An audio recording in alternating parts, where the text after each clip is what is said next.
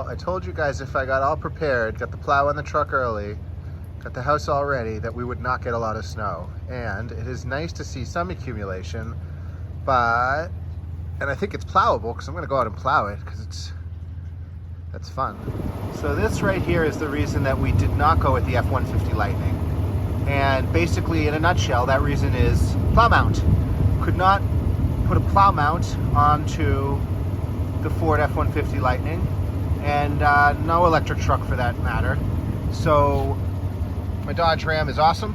Really love this truck, and we're gonna roll with this. The more prepared I am, the less snow we'll get. So I prepared a couple days ago, got the plow on the truck, got the house all situated, got all the tools we needed out, and lo and behold, the 6 to 12 predicted inches turned into probably 2 to 3 inches of snow. I'm gonna use snow liberally here because it's really wet out. So it's a very slushy kind of snow that's falling. It's falling as fluffy snow, but it's not really sticking too much. But I am out in the plow, and it brings me to a great point, a great conversation to have. And it's really, when we came down to looking at an electric vehicle to get, and we've been looking for really almost a year at this point, something to do vehicle to load, we were looking at the Ford F-150 Lightning, and we were looking at the Ioniq 5. And they have their pros and cons, that's for sure. The truck is big, so driving that was one thing, being out on the farm, but I am the artist in residence at Mass General Cancer Center in Boston, and Boston Medical Center, Cancer Center in Boston. And so I drive into the city a lot, and I bring a lot of art supplies with me.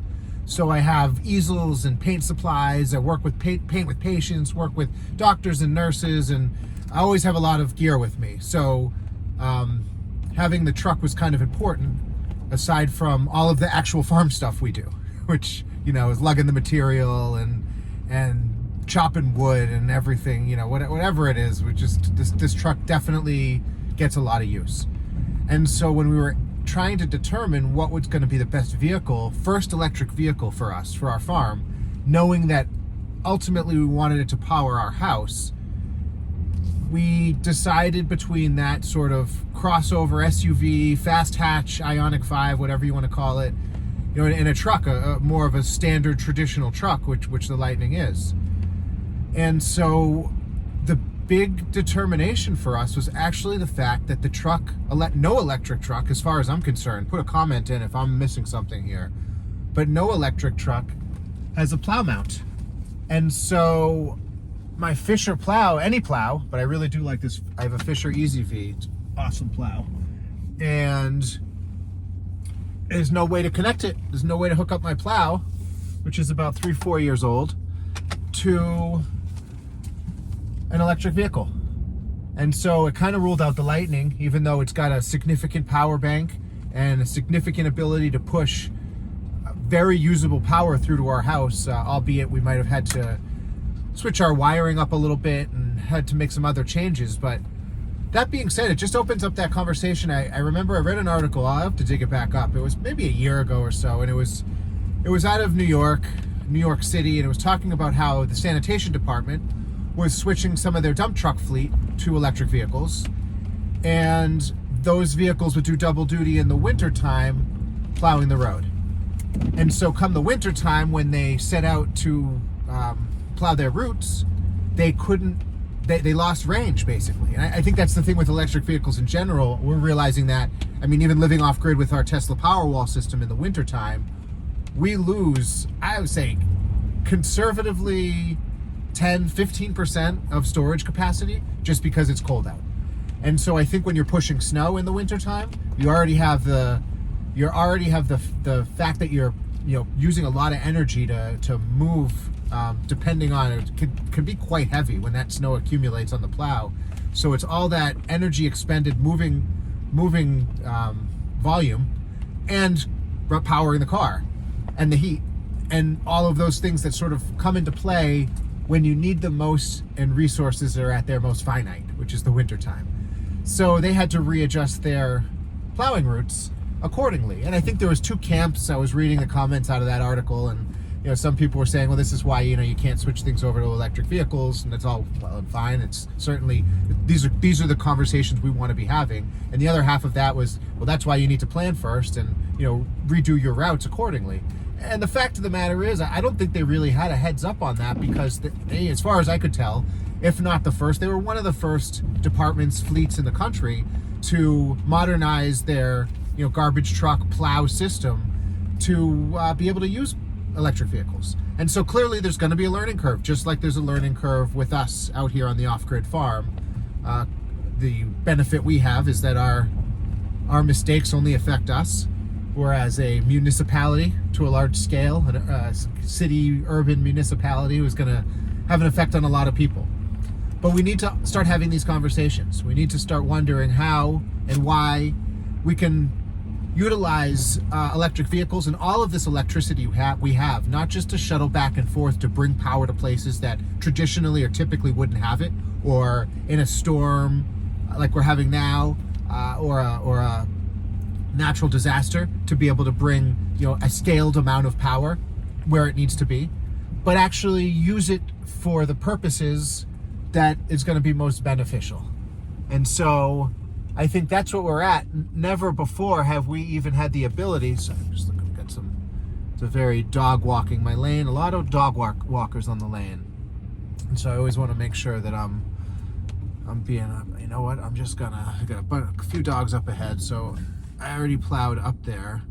I am going to turn myself around, do the hokey pokey here. The hokey pokey, and you turn yourself around, and that's what it's all about.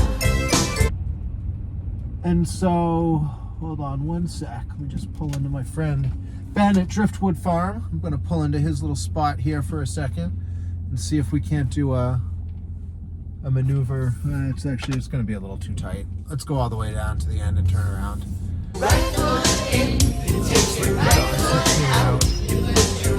So anyway, I got lost in my own driving here.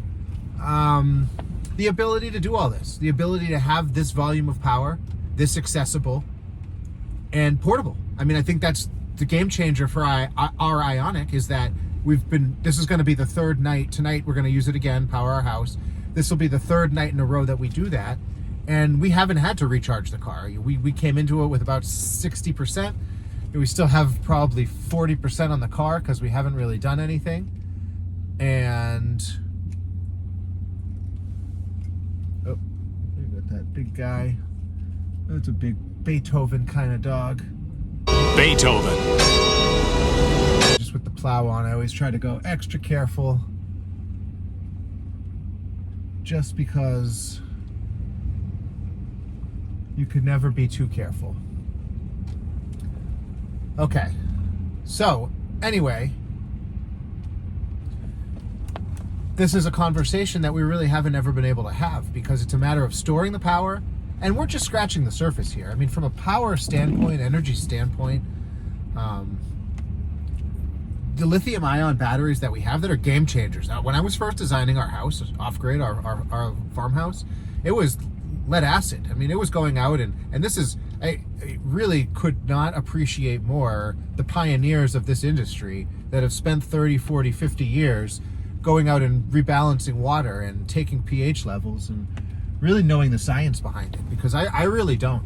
And I think, again, that's part of why we want this channel, is because it's one thing to have to know the science behind it and to be really smart. I'm neither of those things, but I think it makes a lot of practical sense for us to make our own power, to be able to bring power to places on our farm that we wouldn't typically be able to do that, and to have our energy independence. We don't have national grid. We don't have a